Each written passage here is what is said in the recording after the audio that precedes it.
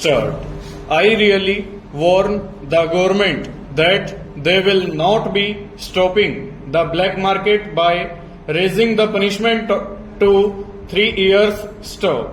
There must be some method by which they can attack the black market at the root by purifying their own control department, which is charged with the duty of enforcing the food laws, and unless they become more honest, stop and deterrent punishments are given to them for dishonesty, I do not think that this bill will be very helpful.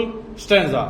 Sir, I was the president during the year before last of the Rationing Employees Union in UP Stop. All the rationing employees in UP were members of the union and they had their grievances about pay and other things. Stop. From direct knowledge, therefore, I can say that a premium is put on dishonesty in this department. Stop. Generally, a corrupt officer wants his subordinates to be corrupt. Stop. Honest subordinates find it difficult to carry on and are very often dismissed as incompetent or are victimized on false charges. Stop. Dishonest subordinates are seldom caught as they act in collusion with dishonest officers. Stop. Even if they are ever dismissed, they have already collected enough to fall back upon. Stop.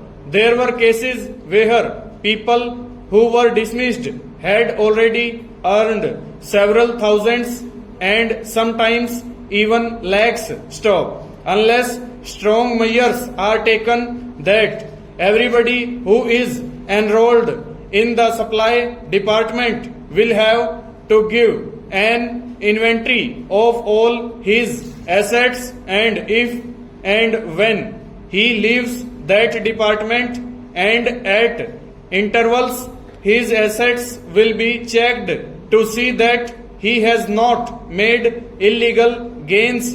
Stop. I do not think you can really control the black market. Stop. Unless you have a service which is honest, which is really inspired by the idea of administering these food laws with honesty, you cannot really eradicate the black market. Stanza.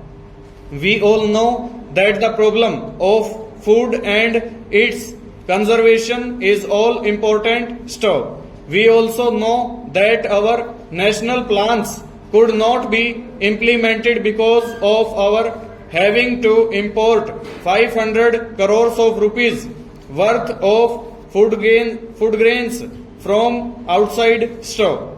In fact, we have been promised that in 1980 we will not import food grains. Stop. The only thing possible, therefore, is that we must become self-sufficient during this period, and for this purpose, more than anything else, there should be scientific rationing all over the country. Stop.